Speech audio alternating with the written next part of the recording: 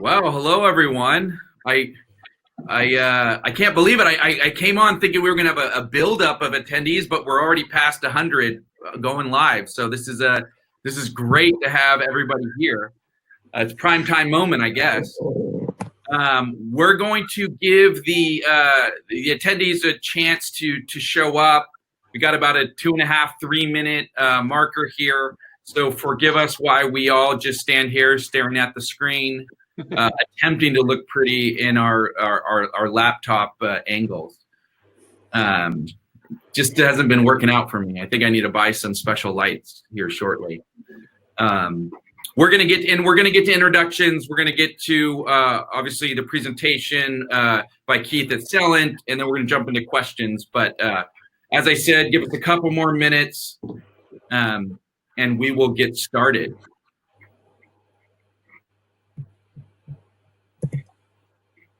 See, almost at the 150 mark. So if it hits 150, I'm hitting the go button. So give us a minute. We had a lot of it seems like a hot topic, direct to consumer life insurance. I know the reason we had such good signups is because we have AAA Ladder and Celent here. But I jumped on aboard that train and invited them to come. So I think I knew where the marketing stood there. Thank you all for coming. All right. Well, we're ahead of schedule here with people signing up. I'm going to kick it off and start off with introductions. My name's Dustin Yoder. I'm the CEO here at Surify, based in San Jose, California. I'm going to be a little bit of the moderator today because everyone on the call most likely has a lot more to share than me. A lot of real experiences running different companies and or Keith over the whole industry. But Surify is based here in San Jose, California. As I said, we just passed 110 people. We are distributed, so COVID actually hasn't been that much of an effect on our day-to-day, but for some of our offices, we're all working remote. And I'm working for the rest of the team. Got a lot of great team members who are serving life and annuity companies here across North America. I think we're in about 9 states right now. So I'm going to pass it to Dustin for your own introduction, but thanks everyone. It'll come back to me and I'll do the talking today, and unfortunately, at least the passing. Dustin? Thanks, Dustin. Hi, everybody. My name is Dustin Hoffman, and I'm Director of Customer Experience for AAA Life Insurance Company. In that function, I lead our customer experience vertical, research and strategy, and I'm also responsible for our digital direct-to-consumer platform for our term insurance product. Been in the life insurance business coming up a little bit over 2 years. Before that, I did about 4 or 5 years in healthcare. And then before that, I spent 15 years in the energy industry doing various tasks and services from customer service, marketing, IT, to public relations. So personally, a little bit about me. In the middle of the pandemic, I enjoy long walks around my neighborhood with my favorite podcasts. And I'm running out of things to watch on Netflix, I'm sure, like everybody else. So I'm happy to be here and look forward to the conversation. Jamie. Hi, Jamie Hale. I am the one of the co-founders of Ladder Life. We do direct-to-consumer term insurance. I was impressed, Dustin, to hear there are over 110 people. That's amazing. 180 actually, as you're talking right now. 100. Oh no, I say your employees. Oh, got you. Sorry. Yeah, no. So we're about 50 employees. Have about 3 years of experience, and we're excited to be here and kind of share what we've learned along our journey.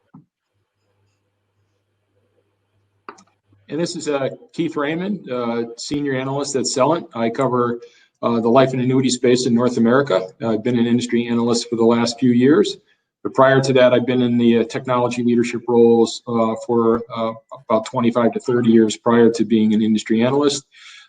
Started out in healthcare, did a stint in property casualty, and have concluded my career in the life and annuity space. And it's been a really interesting space over the last several years, as many of you know. worked with large enterprises as well as some private equity and venture-backed firms. So excited to be part of the conversation today. Well, thank you all for that introduction. We're almost about 200 people, super excited. And what we're going to start off with today is Keith is going to present a little overview of the industry right now, just a snapshot, how COVID's affecting us, et cetera. So Keith, I'm going to pass it to you for the next few minutes before we jump into some questions that I put together. Great. All right. Get rid of the confidentiality. So a couple of interesting stats on life insurance, which I'm sure most of you on the call already know, but just to quickly, the number of life insurance companies in the U.S., at least as of the 2018 count, was 773. The number of life and also the number of life insurance companies operating in the U.S. has been in decline since 2001. So that's a telling sign in one of the really one of the foundations for the conversation today. Absolute growth from life insurance policies sold in the U.S. versus population growth. As you can see, the population growth is roughly 7.6%, but policies sold per population growth is down about 3%. And then the average of an insurance agent, I think this number has been up and down between 55 and 60 for like the last decade, but it is roughly 56 years old. And one of the more interesting stats I pulled up for the conversation was the life individual market share by distribution channel. And this covers from 2010 through 2019. This was a LIMRA stat. And interestingly enough, you might have thought, well, gee, this should be a bigger number than it is from a growth between the pillars perspective. But from a percentage standpoint, it is significant growth, but not at the point where you might expect it to be, given the way the world is today.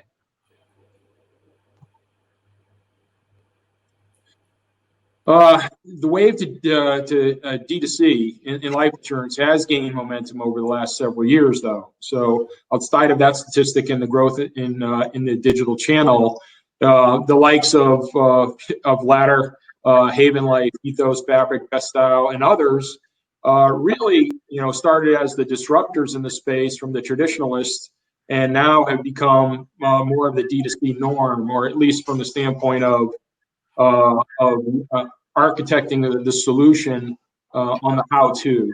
Examples of some of the traditional insurers in the D2C game: AAA Life, MetLife, Guardian Life, Chubb, AIG, MassMutual. The point here is just many of the big players have a space in D2C.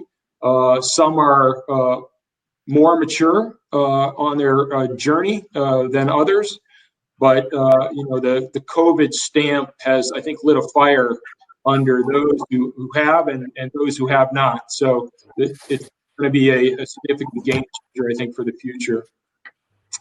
But one of the challenges too is the focus has been primarily on the simplified product side. So there's a lot of complexity in life and annuity products. The focus has been on obviously the ones that can be more transactional, more bought than sold. That's term life, accidental, critical illness, dental, and vision. So some areas to focus on as we move forward from the standpoint of opportunity and growth will be other products in those lines. So how do we move the needle from the standpoint of going D2C? And as I mentioned before, most of the products in the life space are sold, not bought. So it's going to be an interesting challenge. You have product complexity being one of the challenges. Digital ecosystem for many traditional insurers being another one. The challenge of fluidless underwriting, the claims process. I mean, you name it. There's a lot of complexity from a life and annuity perspective on bringing the products to D2C, and herein lies one of the bigger challenges. And however, flip that over, and the generations that are looking for life insurance or potentially looking for life insurance are the ones that do everything online, and more so now, given that COVID has had a significant influence on increasing the game from a D2C perspective. And so explicitly going through the channels of the traditional insurer, like the agent, broker dealers, and wholesalers, is no longer acceptable. Now, I say that at the same time, it's the core channel right now, but the pendulum is definitely going to be switching, and it's going to have to because of some of the implications of virtualization of the globe because of COVID. And these consumers, the millennials and younger generations, do their own research, very comfortable doing it, and look for to have an experience on any device, anytime, anywhere. So an interesting proposition for more of the traditional insurers.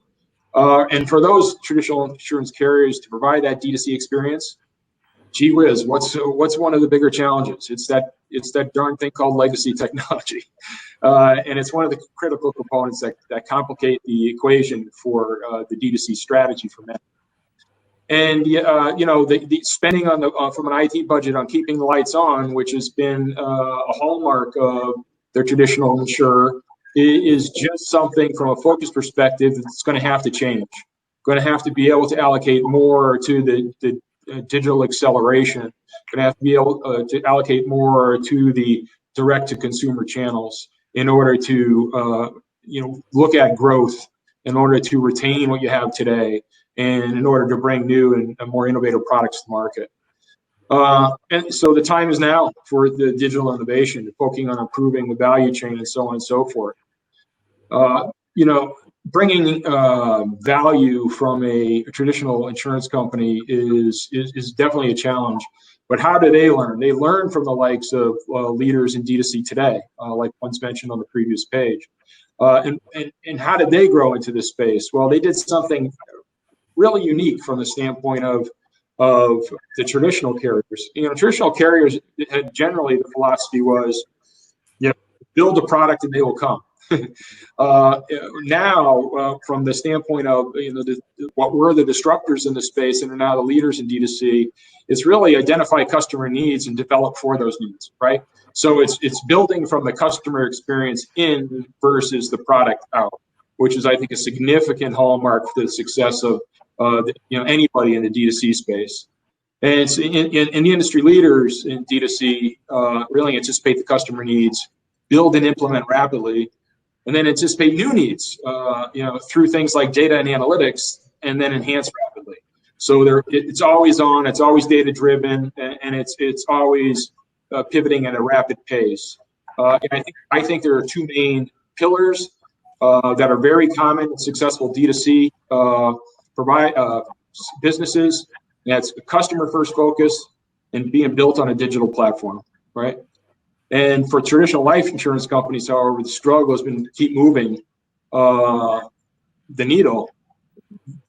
They have to go to D2C, and the challenges they have sometimes prevent them from doing so. But what we're seeing now is really the movement of, hey, I'm going to keep my legacy off to the side, and I'm going to build from a greenfield perspective. So I'll bring in a new platform, I'll bring digital components into the mix, and I'll build new products on this platform and not be encumbered by all of the legacy behind me, but have a plan at some point in time to potentially integrate or convert over to new platforms. So they're getting there, but the challenges still remain and are significant.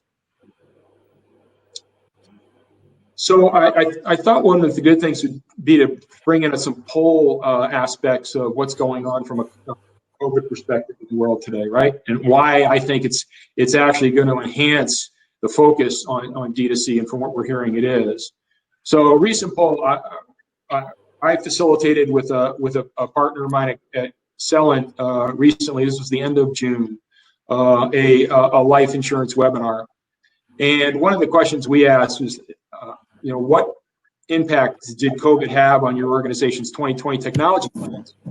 And as you can see, overwhelmingly, COVID primarily reprioritized work. And what we found is that everybody, after taking a big step back and after holding their breath and saying, can we virtualize, and boom, they did it. Now it was all about focusing on, geez, what do we have to do to focus on this kind of reshaped world? And what I found really interesting on this next slide here is kind of the pivot. We had on the upper left here is a graph of responses to a poll we did in the late April, early May timeframe. And we didn't have digital as part of the selection, but process optimization and retention were overwhelmingly the number one and number two choices. But a couple of insurers, you can see the note at the bottom, suggest that we had a fifth category called digital acceleration.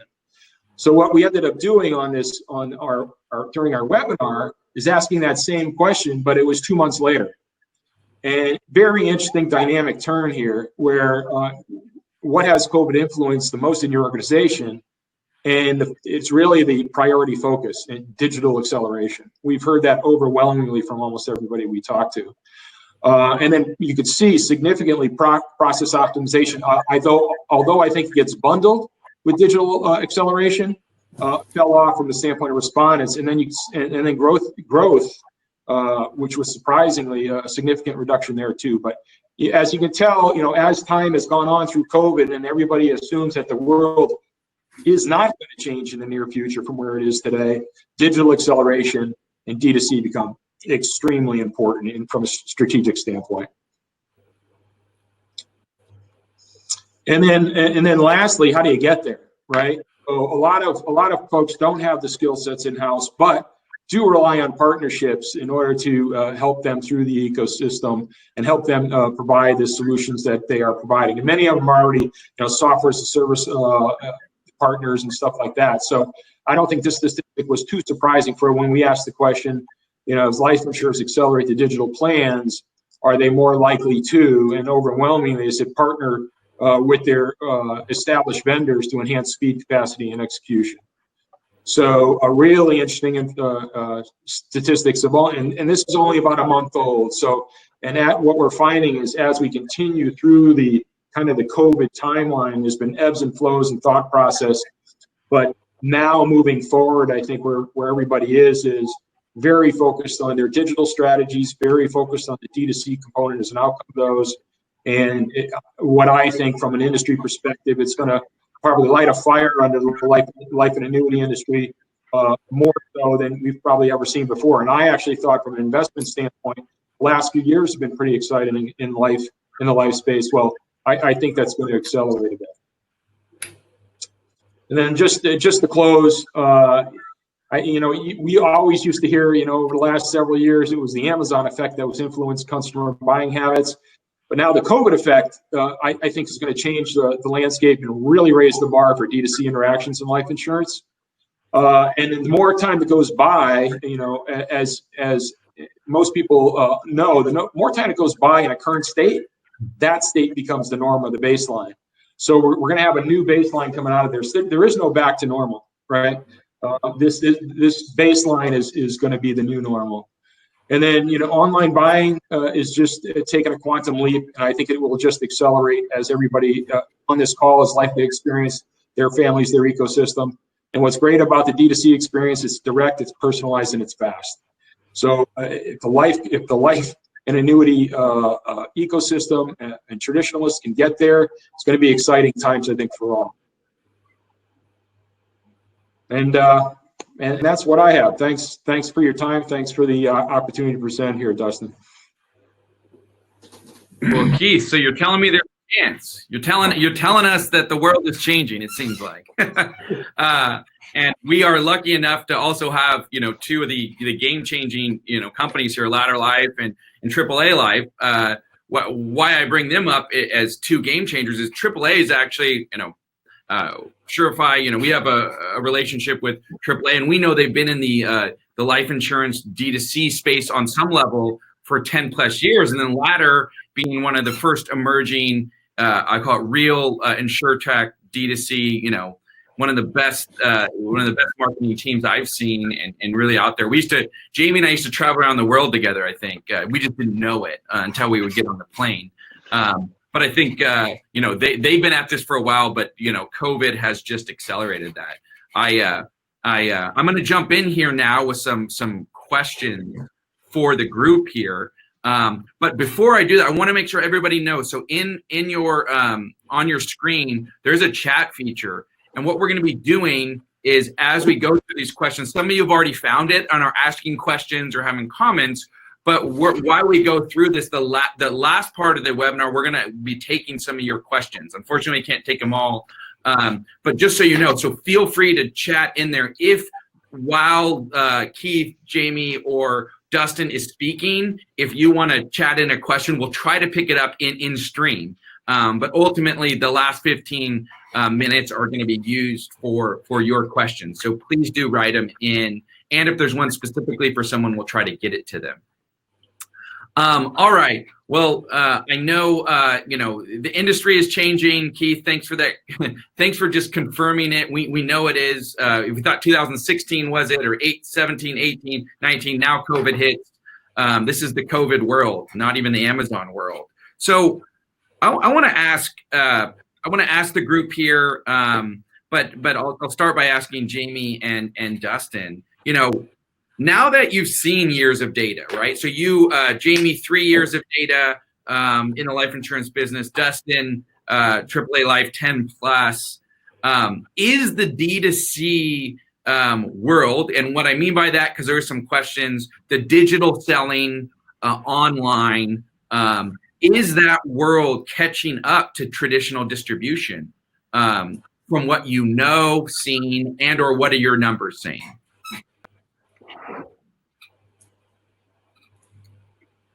Dustin? Yeah, it's a good question, and I want to start out by saying I think the mistake is to look at a direct-to-consumer digital model as being at odds with a direct mail model, or even an agent model. I think what we've learned over the past decade is that the more you can be multi-channel and nimble, and the more you can use this direct-consumer digital model to support kind of that ecosystem of direct mail, agents, and other channels, the more powerful you're going to be. When you're going down this road of thinking about offering products online, whether it be guaranteed issue, direct term, and so forth, it's important to be really clear and crisp with your organization on the purpose and the definition of what that digital channel is supposed to do and how it's going to play within your existing distribution network. So what I mean by that is, are you putting up a direct digital model just to do sales, just to do acquisition and sales? Are you putting it up so that it can also act as a lead generator for your field agents? Are you putting it up so that consumers can become aware of your brand and aware of your products? Once you kind of have those goals figured out, and really you understand why you're building the program, it'll be a lot easier. But just in short, I don't think it's ever going to catch up and totally replace any one thing, but I think it has the ability to add a lot of harmony to the existing distribution channels. At least that's our perspective. Yeah, and Dustin, after Jamie goes, there is a question over in the right that you feel free to answer. Jamie, what are your thoughts as you watched the industry change the last 3 years? Yeah, for us, it's we're kind of meeting a different consumer. We talk to our customers, our consumers a lot. These are people who as Keith talked about, right, they want to go direct. They want to be in control of that process. They don't want to go through an agent channel. And we've done a lot of surveying of them and saying, hey, would you buy life insurance if you had to go through an agent? Would you buy it? Most of them say no. And we get about a third of our customers who actually abandon the agent process. They started it was too complex, took too long, too expensive, and wanted to take more power into that. And I think just as you've seen the shift in, investing, some people on this phone are going to remember A-share mutual funds, right? Broker-driven mutual funds were complex and hard to understand, and really had to be educated on what you're getting. You're getting diversification, you're getting all these other things, right? Well, that market has shifted over the last 30 years. And, the amount of A-share mutual funds that are still sold through, front-end loads through brokers is really low because it is something that the consumers have educated themselves. They understand it, they want it, and they're pulling themselves towards it. Got you. And what I think I heard from both you two is that it's a different. It's not a baby in bathwater, but it's the opportunity to extend to find that new type of customer. And AAA, for example, I know you guys are big. You have 56, 58 million on the auto side. You guys do in life. I'm under the impression you guys do a lot of direct marketing via mail. But this online, they are the best direct mail by far. We hold like super high regard. We benchmark. You guys are sneaking up there. You guys crush. No. It's only because we're standing on the shoulders of giants, man. We're watching you. It's amazing. You're awesome. Yeah, we in our office, just so everybody knows, we save all direct mail from life insurers, right? And both of you do direct mail, right? Absolutely. And I got a question on that. Ad hoc here is, well, you do direct mail, but is the point, or just for everyone on the call, but you drive them back online to buy? Is that, the strategy, or do you both have different strategies there? I mean, I can speak for us a little bit. I mean, obviously our goal with the direct mail, right? We want that customer to stay in that channel. We want them to purchase that product in the channel that they're on. I can tell you just by looking at the data, inevitably when we do a significant mail drop, we see obviously an increase in site traffic. We obviously see an increase in submitted apps for our term products. So there is that halo effect that's created. And I think to your point, that because we mail so much, we have so much volume, we do really have the ability to increase that awareness of AAA and our products over a time period that works in our benefit. And you may not have picked up what Dustin just said. Like, they're good at doing campaigns, so they know how they've engaged with you. They know whether you have affinity or an affiliation with AAA, right? And then they know how you engaged, and they want to drive you back into that behavior that you're feeling natural with. For us, we sell online. We're driving people back online, but that's how they want to engage with us. But it's there's a lot to be said for how you can communicate through direct mail, through email, through all your different types of mediums. We kind of try just to put the customer at the center, and like, how do they want to do things is kind of our big driving passion. What's great about direct mail is it's super easy to share with your spouse. It's easier to hand a mailer across the dining room table than it is necessarily to hand your phone or flip your screen around. Or your guys' spouses don't like when you just forward a life insurance email to them and tell them to read. I mean, mine loves it. We just have, I guess we have different relationships here. Okay, well, thank you guys for that comment. I don't know, Keith, if you want to add anything, but I want to keep this going. That was just a great kickoff.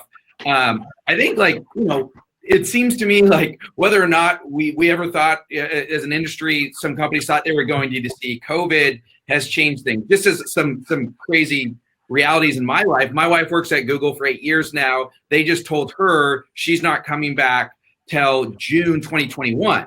My sister works at GitHub. They told her she's not coming back till Jan 2022. Yep. Right. That's my personal life today. So it's just changing things dramatically.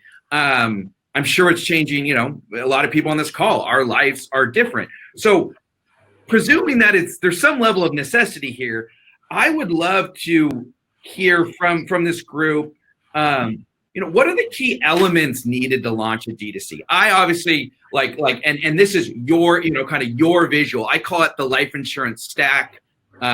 But I'd love to know, there's people of all different understandings on the call. Maybe they're marketing and they're wondering what the hell, why haven't we launched it? And there's technical aspects, but can we talk about, and can we hear from the group here, what are the core aspects you need to launch a D2C? Even to go as far to what Keith said, which he said something like greenfield. Like, what's the greenfield stack here? Dustin? Yeah, that's a good one. I like that one. Not to sound cliche, but I'm gonna pick up a little bit what Jamie said. I mean, honestly, if you really want to do this right, it's about understanding your customer.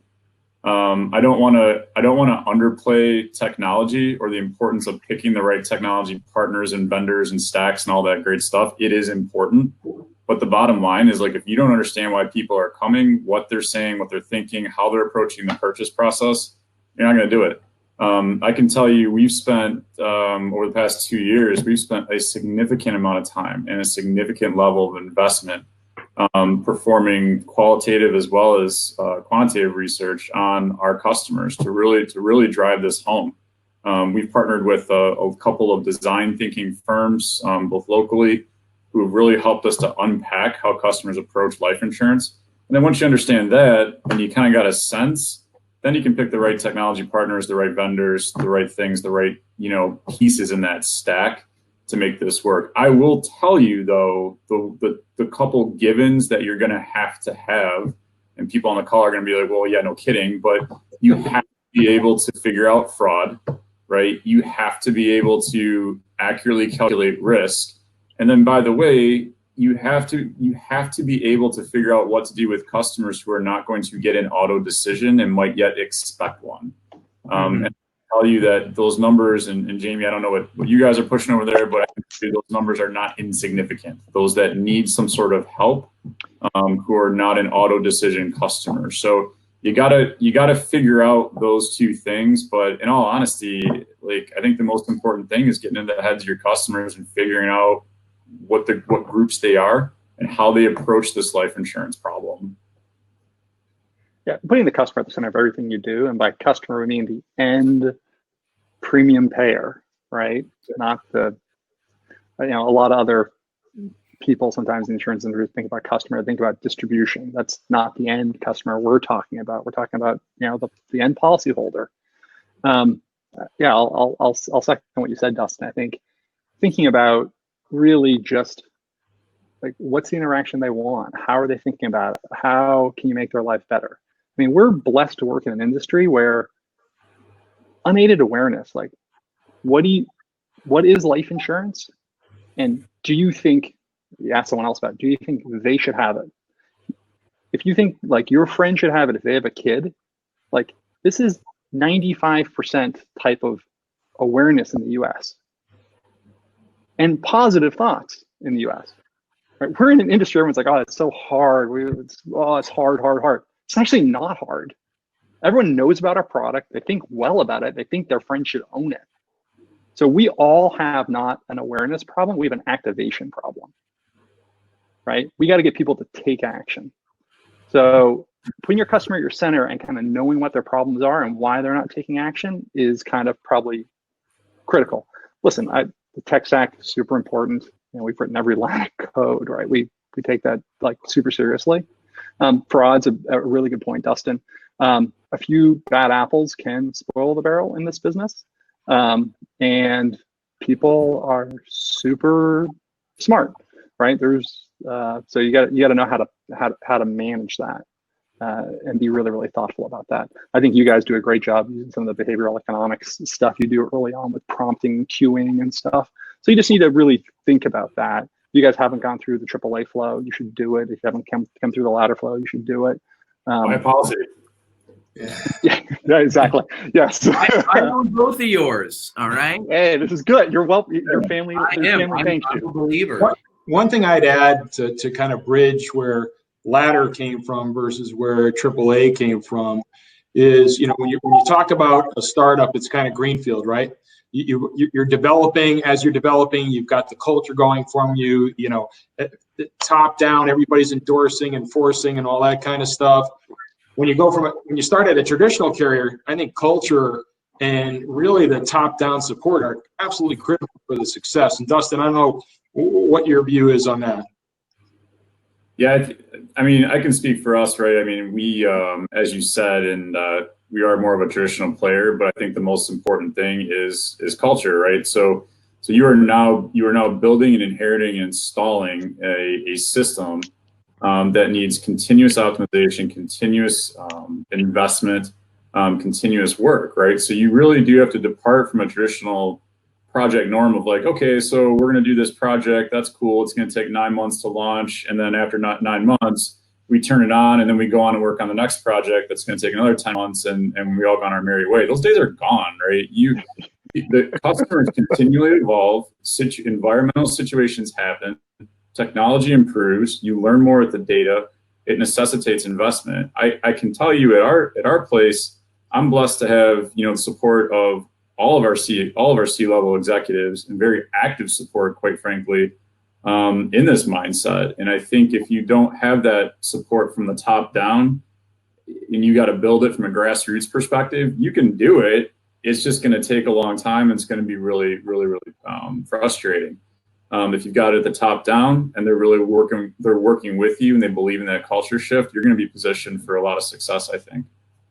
I feel like you both are all of three of you are hitting on this, but I'm going to ask you to try to, I'll call it find aspects that you're not, which is about what's the most underestimated and challenging part when launching your D2C company, Jamie, or agenda. Like what I'm hearing, by the way, I am hearing know your customer and changing your culture. So let's agree. Okay, let's start by saying, but is there something underneath? Because I feel like a lot of the people on the call could really be asking, okay, like let's say I've selected a customer that like we're just ignoring. And secondly, like we're like, at least my group of people is foaming to get to work. I mean, what's the hardest part, or is that it? Is there a couple other things to highlight here? Jamie, I'll start. You guys can jump in. Go. From a, if I look at it from again, more of the traditional insurer, which I deal a lot with in North America, there are plenty of big challenges and places to start. But I think key from a start perspective is you got to have a strategy. You got to be able to evangelize the strategy and the vision, and you've got to march. You've got to continue to march to it. And it's got to be something, like I said before, just embraced from the top down. Some of the challenges on the traditional side are, dealing with the status quo, dealing with legacy, skill set challenges, that customer first mentality, upgrading of technology. I mean, you name it, right? There's a lot of them. And that's why I mentioned earlier that many are now pivoting to more of that greenfield. Like I'm going to start up like a Ladder, or I'm going to start up like a Haven, or I'm going to start up like, any of the new players in the space, the D2C directs is, I'm going to start fresh, and I'm not going to be encumbered by my traditional ecosystem, right? And that's one of the ways that I've seen anyway, from a carrier perspective of really establishing success in the place is really starting fresh. Now, what does that do from an ROI perspective? Well, that's a different challenge, but that's one way to go, being uncovered and untethered to your legacy. I would say part of it is just shipping fast.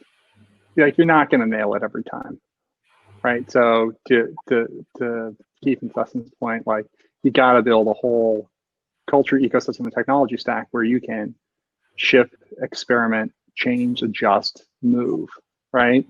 And what it's going to be for me at Ladder is going to be different than it is for Dustin at AAA, right? You see AAA trucks driving up and down the road, right? You have a view of them. He's going to have some easier and harder points in his customer journey than I'm going to have. And, for me to be able to experiment, test, ship, move, it's really important. I mean, we're shipping code 8 to 10 times a day. I spend as much time in GitHub as I do in Slack, and I spend almost no time in email. But I mean, you just need to you just gotta make sure all the tools you're using are aligned with what you're trying to build, right? If you're trying to build a violin, like having a sledgehammer, yeah, it's an effective tool. It's just not effective for what you're trying to do, right? You can drive a nail with a sledgehammer. You can drive a nail with a hammer. You can drive a nail with a violin. I'm telling you, don't try to drive a nail with a violin. It's not very effective. So you just got to make sure it's all really, you're choosing the right tools that are really aligned with what you're trying to achieve and with flexibility.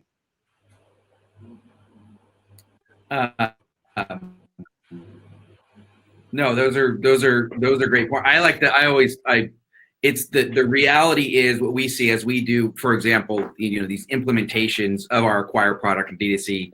Well, the truth is the day you launch is, as you're commenting on, both of you, is the day you start being agile and learning. So technology is core to be able to do what you want to do, but it's like the very first step. In my past life, right, we were in my past company, we were building platforms for companies. The reality is the day you get it in the hands of the buyer or the consumer is the day you really start on that really agile learning, because before that, you kind of know the function must be X, Y, and Z, i.e. be findable or find you, enter data, accelerated underwriting, purchase. Oh, but that's what we needed. That was the nuts and bolts. Now, how do we get better? And we're definitely seeing that. Software is like that for all the insurance, for the insurance team. The day you launch software is the day you really start working on it. And it never ends. It's an ongoing thing. It cannot sit static. One of the things that I'm just jumping for a sec. One of the things that Jamie mentioned on the failure side, right? You got to be willing to.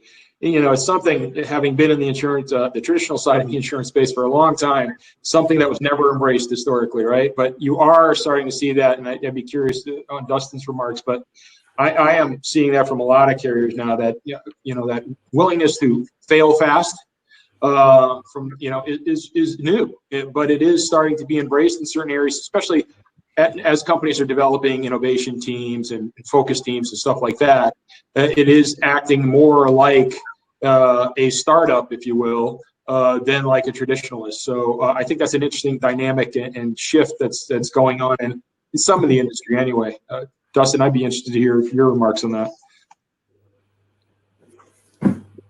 Yeah, I kind of take a little bit in a different approach, I guess. I definitely appreciate what you guys have said too. I think for us, one of the hallmarks of putting in a system like this and from day one is to not, and again, it might be like a no kidding comment, but it's like, don't underestimate the complexity that you're putting yourself into and the change management that's required for the organization. So, to say that, here's a great example, right? Mentioning no names, but like, okay, we go live in September. That's cool, right? So, hey, new business underwriting colleagues, how's everybody doing? We got this new system, it's going live. Everybody's like, yeah, great, cool. We hit the button, and we didn't do really. I'll just speak personally. We didn't do a lot of really holistic change management, and we had to do change management on the fly, which was fun because I got to meet a lot of people and made a lot of friends really fast. But there was just a lot of things that we learned about how this new product is going to impact other areas of the organization and how important they were to our success. So it's going to take different skills from different people, and it's going to take different, more integrated relationships to make this happen. Because the reality is you're now introducing technology, processes, workflows, and events that are far more sophisticated than you've ever had in the past. So you're going to need people to read and interpret those, troubleshoot them if they go awry. And I think one of the most important things is having really smart, like we do, we've got really smart folks that are looking at this thing end to end from a CX and a technical perspective.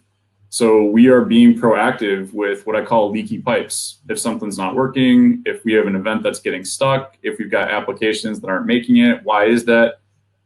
It's continuous fine tuning, right? But that's something we didn't have to contend with in previous systems, just because I think it has a lot to do with the level of sophistication and the data and everything we're trying to use to make good decisions. So I don't know, Jamie, you're smiling. You got, is that something? Yeah, our terms are like instead of leaky pipes, it's selectivity ratio, it's cutting room floor, it's, it is, the complexity is just enormous, but it's also really exciting. I mean, we're our lead underwriter is, she was at New York Life for a long time, then at iptiQ. You don't get to sit down and talk, spend as much time with data scientists. And, we were probably, we were very fast at thinking through, like, what are all the ways we could think about leading indications of COVID and see it in our population set and see it in the data sources we have, and what are the other data sources we don't have, and how fast can we get them up and running?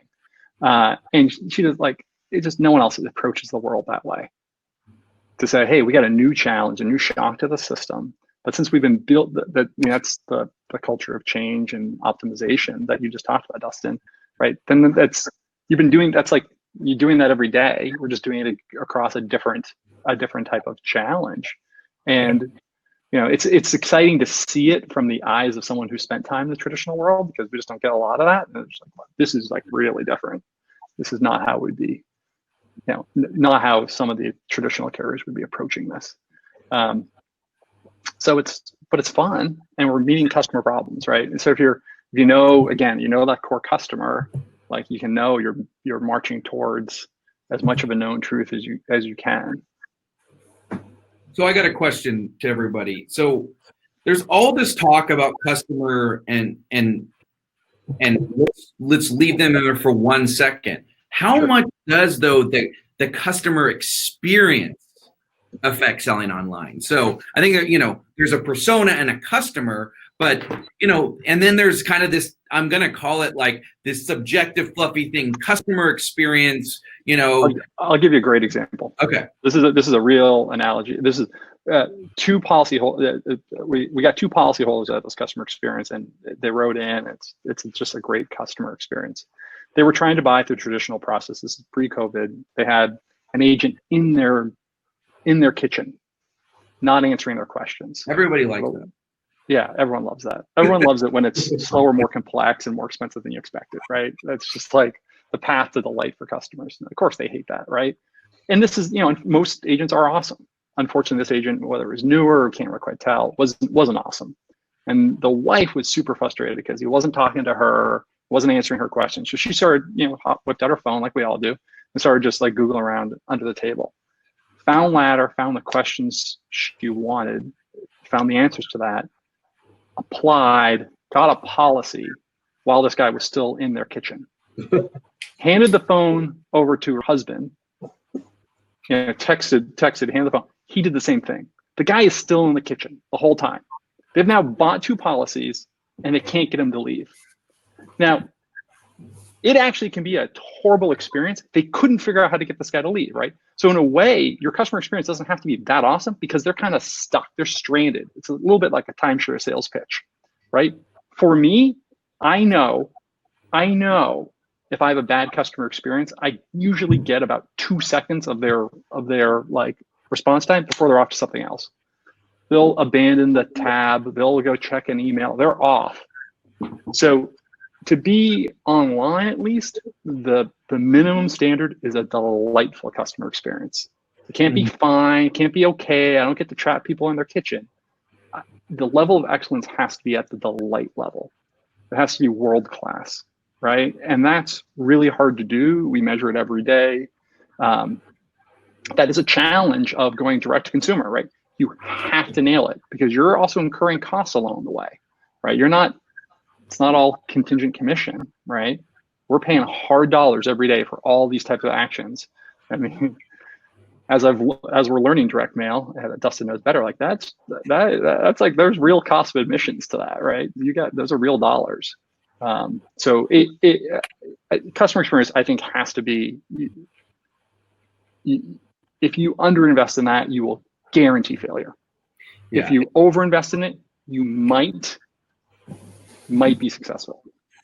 Mm-hmm. And I think a lot of people who think the economics don't work or all these other things have a misattribution problem because they have kind of shitty customer experience. So I'm sure, we measure every single page drop, every click drop, all that stuff. I'm sure AAA does too. I don't know if you have more insights into the quality of customer experience. Yeah, I kind of characterize it like I use a real simple analogy of like you have to keep customers in the store. So if I walk into the store and I'm looking for a television set, right? And I come in and I'm ready to buy, I've done my research. That consumer expects to be able to walk into that store, pick up that television set and walk out with their product, right? And have a good customer experience. I think where we fail sometimes, and I've done a fair amount of competitive intelligence too with other carriers, is you start the process in the store, that's great, but then you make the consumer drive to a medical exam facility, and then you make the consumer drive to a fulfillment warehouse, and then they have to go back to their primary care physician to get an attending physician statement, and then they have to go back to, and you get where this is going. The point of the matter is, before you know it, you're trying to disguise a direct-to-consumer product when in reality it's got 5 or 6 different handoffs. Half of them are online, half of them are offline. So our goal, what we focus on is keeping the consumer in the store, right? So that includes customers who get auto decision, and that also includes developing consumer experience processes and techniques to move people through the process when there is not an auto decision, so that we keep them in the store, we keep them engaged with the brand. And if we do have to do a handoff to someone for something, it's very, very important to set the right expectations so that the consumer knows that why it's happening, how long it'll take, all that kind of good stuff. So, but if you let them try to do this on their own, you're not going to be successful. So I'm switching to another question, because there's always this question like, well, is the buyer the same, right? So I think you've answered it, but I want to confirm, like, is it about opening new channels or going after people you're just missing out? And I feel like we touched it in the beginning, but as we look at D2C as an opportunity for the world, for companies, for insurers, and also for, I know Ladder, for example, distributes on other places, right? And like you're finding those endpoints. Are you finding that same customer that would have sat with an agent? And Jamie, I think you for us, for us it's different. I mean, the average age of the customer in the traditional channel is right around the average age of the agent, which tends to be around 56, right? And our average, 95% of our customers are under 40, right? Wow. So it's a totally different. It's totally different customers. Jamie, I'm curious. This is Keith. I'm curious. Did you see a bump over the last X number of months? Only because with all of the younger population and generations getting the experience of at least hearing about death and the magnification of death through COVID, what were both of your experiences really from the standpoint of new policies? Our growth accelerated. Yeah, life insurance is more relevant now than ever. Right. And that was a leading question. You didn't know the answer, but that is the answer. Follow on to that, Jamie. Did the age, though, because that older generation wasn't able to access that agent, did the age change at all? Because that to me is like stabilizing the AB right there. We did see more older, slightly older, I would say older, slightly older customers,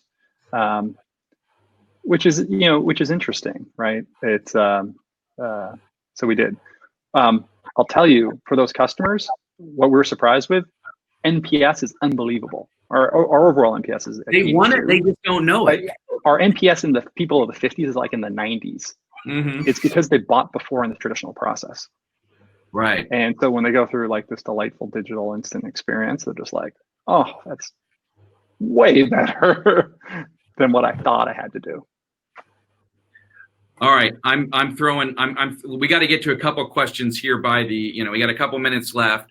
I want to get to, there was an initial question, and I think it's a great one. Everyone's asking, will we see UL, IUL, complex annuities, you name it, come to D2C? I mean, like, these are, you got them on your books or you got them in your pocket. They're great products, both for the insurer, and in some cases, and in many cases for the right customer. But they're more complex. Will we see them come? And I want to bundle a larger group. Don't just think of UL or IUL. Look at like a wide gamut of those more complex products. So make the question a little more agnostic. Jamie, Dustin? Go ahead, they're going to look different. Stay tuned. Okay. Yeah, I agree. I think in their current state, likely still sold versus bought.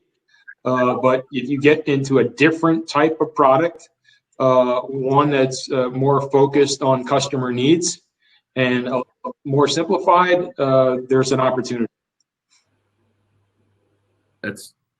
What about you, Mr. Hoffman?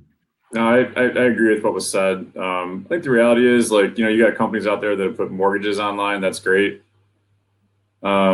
Some things I think are complex in nature. Maybe they don't deserve a place online. Maybe they do. I don't know. I don't know. Jury's kind of out for me, to be honest. I want to see how those products are going to change and develop. Got you. No, that's I have a similar spin or similar comment. People always ask, is it going to go from sold to bought? And the question is, well, have you made the product to be bought and not sold? I mean, to me, that's what it comes down to. Like, are you really addressing, the customer here? It's not just have you, it's can you. So some products may never get there, right? And so the focus needs to be more on the automation on the distribution side of the business, right? And enhancing the agent experience and those kinds of things. Focus needs to be there as well for traditional carriers, because those products, at least in the current state, are not going to be sold. Excuse me, are not going to be bought. They're going to be sold, and it's going to be a healthy tail to get to more tipping this way over the 50% mark to D2C if that comes. So people fear, and this is something that I'm out in the market and meeting with a lot of insurers here. People fear retention when it comes to D2C, or they have this perception that retention and that persistency is gonna be different. Once again, if you're not doing it, you can't see it, but you just have this perception that it was so easy to get. Is it so easy to leave? Can I get some of your comments there? It is a broad question, but I do think it's in the mind of insurers, agents, you name it. Like, is that the truth, or is there a belief the truth, or do we actually see quite the opposite?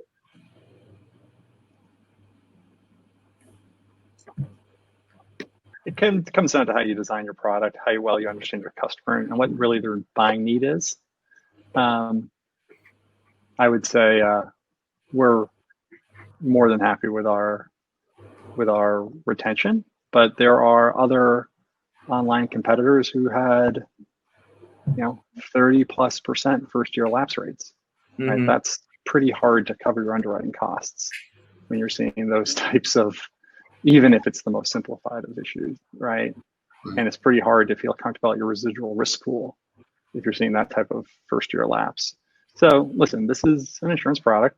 You got to understand the business of what you're doing, but it all depends on how you've put the recipe together, and that includes on the actuarial side and what are the prices and how you're designing your classes and all the more wonky stuff. I'm sure we have a lot of wonks on the phone. The customer doesn't care about it. What they care about is what's my price and what's my process. And if you want to drag them through the mud of all this other stuff, you're not going to be able to do it very easily. Do we know? I'm switching. I'm trying to fit in a last question here. Do we know what percentage of people are actually getting instant decisions? I'll call it from a broad-based industry. I'm not asking any of you to suggest your number. Like, what's the expectation here? There is zero good benchmarking on this issue. In my opinion, I don't know, Dustin, if you agree with that. I mean, what people define as accelerated is friggin' everything. What people define as simplified versus full medical is all over the place. So I think the best you'll do is potentially talk to some reinsurers who know a couple of these programs well, or I think potentially give you some guidance.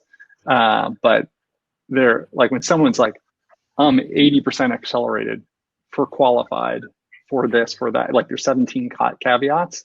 I think there's no standardization of what that means. I'm going to give anybody else last comment there on accelerated / pass through versus not. I agree with Jamie. I just think it also depends on obviously your risk tolerance too as a company. So how do you design it? Right. I mean, that's all under your control, right? Right. These are all the unsaids that you learn when you're really in it, right? Is like, what's the reinsurer letting in? What's the insurer letting in? How loose are you going to be? What's your risk tolerance? Because that's going to dramatically or ultimately 100% affect kickouts versus not. All right. Well, I'm going to stop it now. I truly appreciate everyone's time here. I think it was an hour well spent, at least on my part. I'm hoping that the industry and everyone here got some good information out of it. And Jamie, Dustin, Keith, thank you for your time, for your insights. everyone's always wondering. We live in a lot of silos in life insurance and insurance in particular. So it's great to feel like we have an open door, and you guys were more than transparent about a lot of great subjects. So we couldn't be more appreciative as an industry. And from Surify, thank you. We will talk to you soon. Hopefully when COVID ends, I don't know if that's in 6 months, 12 or 36, we can get out and do something together. Thanks for doing it face to face. Yep. Thanks for having me. That's right. All righty, everyone. Take care. Enjoy your Wednesday. And until the next webinar, talk again. Take care. That's good. Thanks, guys. Have a great afternoon.